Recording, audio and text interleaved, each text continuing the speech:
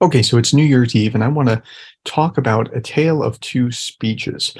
Today, I'll talk briefly about Russian propaganda, the missiles that rang in the new year in Ukraine, how a weak Russia is actually good for China, and then I'll focus after one last bit about another wave of potential mobilization.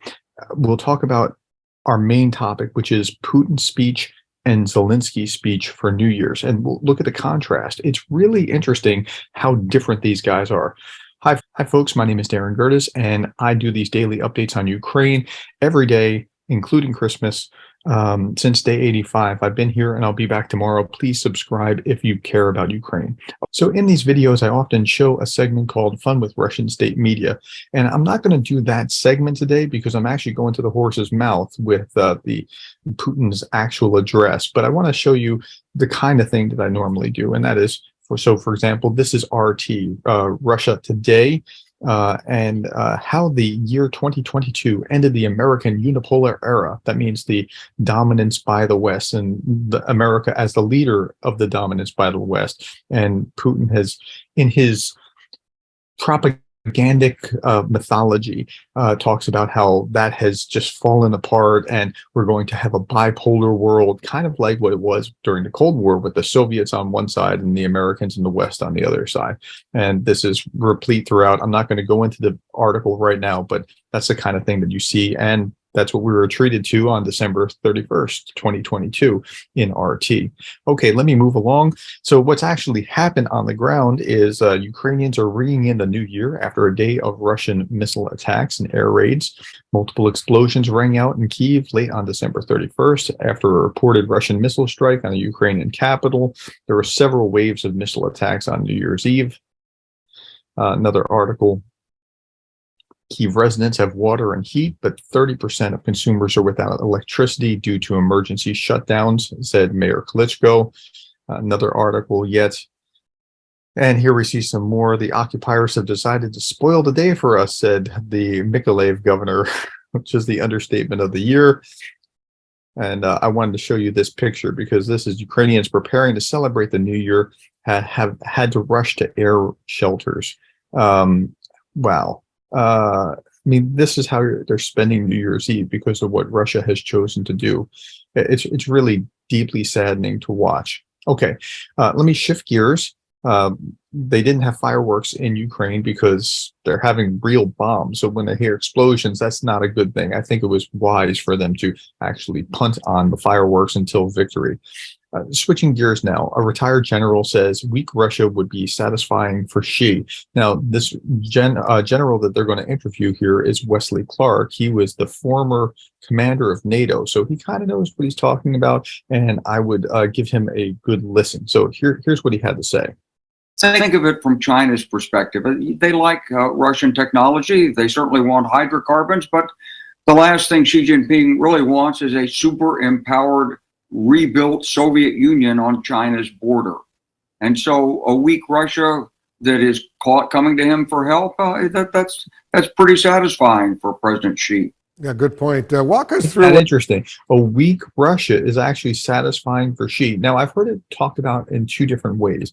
I heard it talked about as far as for the Chinese, it makes it less likely that they're going to attack Taiwan because Russia would be an ally, and the stronger the ally is, the more likely that they're able to obtain that geopolitical gain that they're after.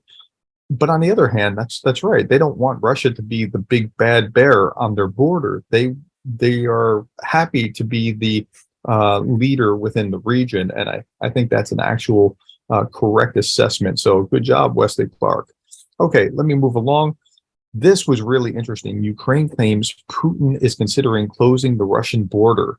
Now, I didn't talk about that in the introduction in that way. I talked about it as what they're actually going to do. The reason for that is a new wave of mobilization may be coming, says the Ukrainian Minister of Defense. Russia's leadership may be preparing a new mobilization order and could close its border to men within a week, according to Ukraine's defense minister. He addressed Russian citizens in a video message on Friday. Speaking in Russian, he warned people who might qualify for mobilization. I know for a fact that you have about a week left before you still have any choice. Now, I have said repeatedly, without another wave of Russian mobilization, Russia cannot win. With another wave of Russian mobilization, it increases the odds that they're able to. It depends on how much they mobilize, how much they train, or how much they commit to it, those kind of things. But Russia cannot win without doing this. So I think it is going to happen sooner or later. I don't know if it's sooner or later. My crystal ball, my crystal ball is not that clear. Okay, Ukrainian defense minister again claims that Russia is planning a new wave of mobilization. I want to appeal to Russian conscripts. I'm not asking you to take my word for it. This was really interesting what he said. I am not asking you to take my word for it. I want you to ask yourself only one question and answer it honestly. When you go to war, where you can die or become crippled for life, what exactly will you be fighting for? You personally, Ukrainian defense chief asked. Okay, that's a great question. And this parlays into what we're about to talk about with Putin's speech. Okay, Russian President Vladimir Putin on September 21st ordered the partial mobilization. The announcement triggered a massive exodus and is probably going to do the same thing again unless Russia closes the border, which it may very well. Okay, now let's shift our gears and talk about the New Year's speeches for both Putin and Zelensky. So here's according to Reuters, Putin uses New Year's address for wartime rallying cry for the Russians. Really? I thought this was a partial mobilization. That was really nothing to see. And, don't worry about it. It's just a special military operation and it's not a big deal. Putin cast the war, which he calls a special military operation, as a near existential fight for the future of Russia. That is so different than the rhetoric that he used in February and March, right? It was just, it's just this little thing. Its soldiers, he said, were fighting for our motherland, truth and justice, so that Russia's security can be guaranteed. The speech delivered was delivered in front of grim-faced soldiers in combat uniform. It's very different. I'm going to show you the whole speech in just a little bit. Let me go to another article. This is the UK Daily Mail. Just Putin speaking in front of these soldiers. It's a very different vibe. I'm not worried about the rest of what the Mail had to say. Okay, now here's RT's take on it. Putin gives an unusual New Year's address.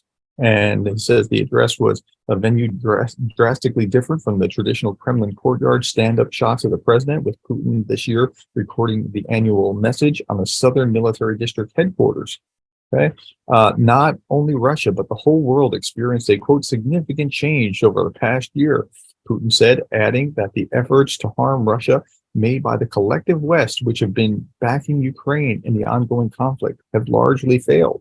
Okay, let's actually see the speech itself. Now, I'm not going to read the entire address itself, but I have selected about a dozen highlights. So I'm going to read through that so you can get a sense of the speech itself. The year 2022 is drawing to a close. This is what we are fighting for today, protecting our people in our historic territories. Note the words historic territories. That means Ukraine, and that means Poland, and it means a lot of things, right? This is what we're fighting for, our historic territories in the new regions of the Russian Federation. Together, we are building and creating, kind of destroying, but okay. Russia's future is what matters most. Defending our motherland is a sacred duty that we owe to our ancestors and descendants, right? He's restoring that which was once that empire, right? So he made a big deal, for example, and so did Lavrov and others, made a big deal about how we're not colonizers when he went to Africa. Lavrov particularly did this, but they colonized their neighbors. So, and that's what they're doing, and that's their historic territories. Russia's future is what matters most. Defending our motherland is a sacred duty that we owe to our ancestors and descendants. The moral and historical truth is on our side. Really? Okay, let's keep going.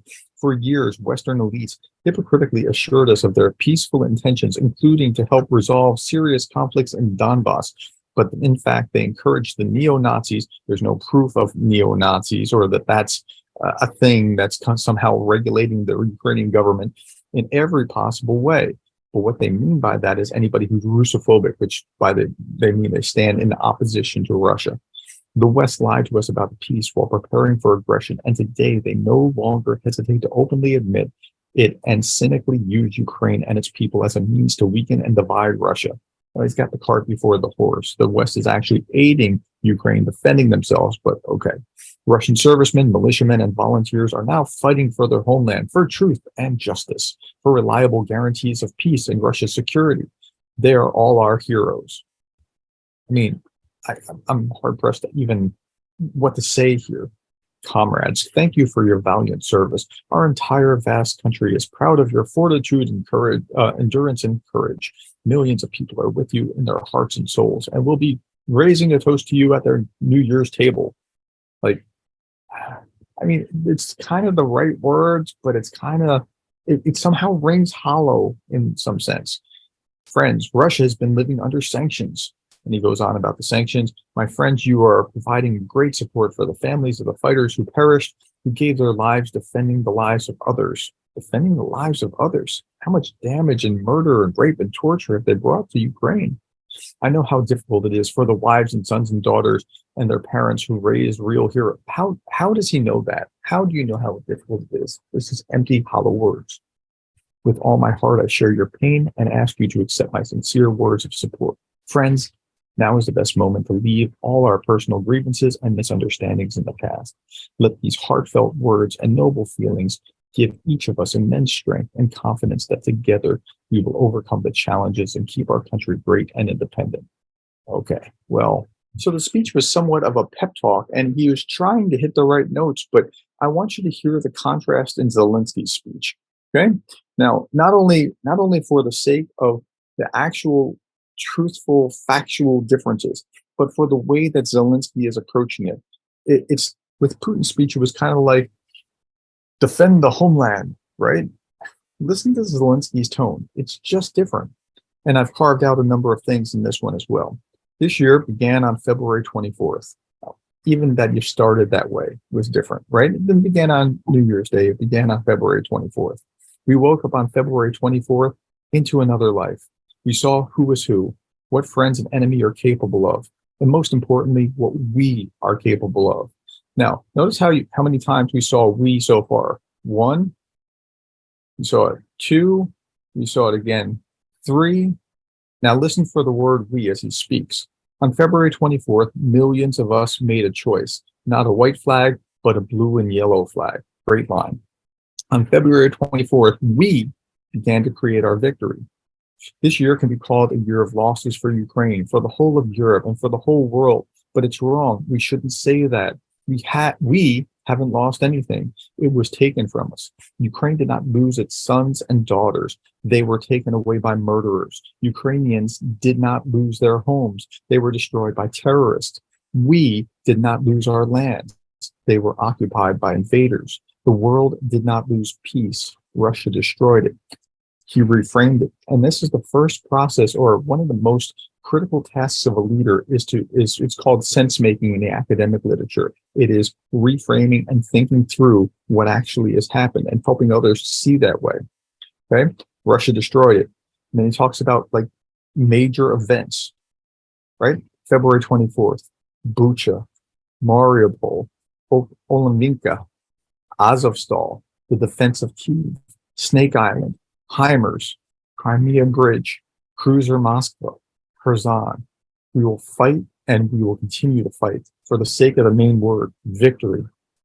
I want to say to all of you, Ukrainians, you are incredible. See what we have done and what we are doing.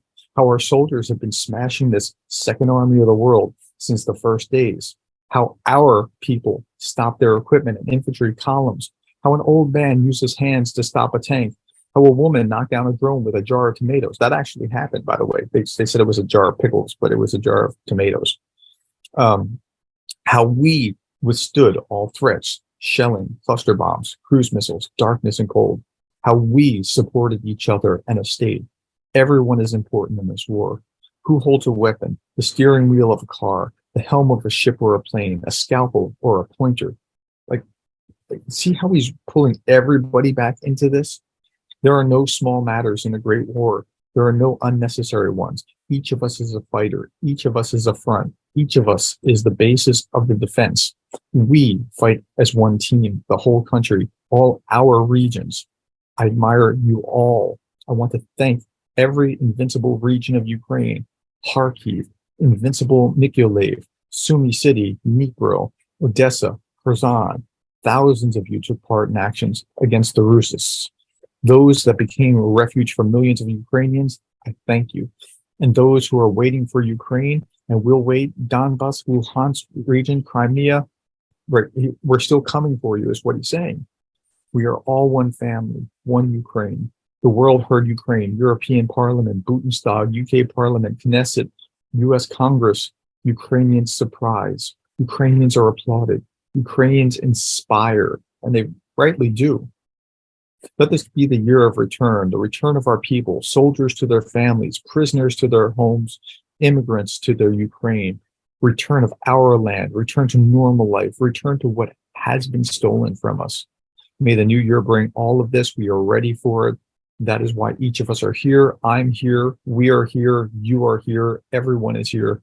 We are all Ukraine.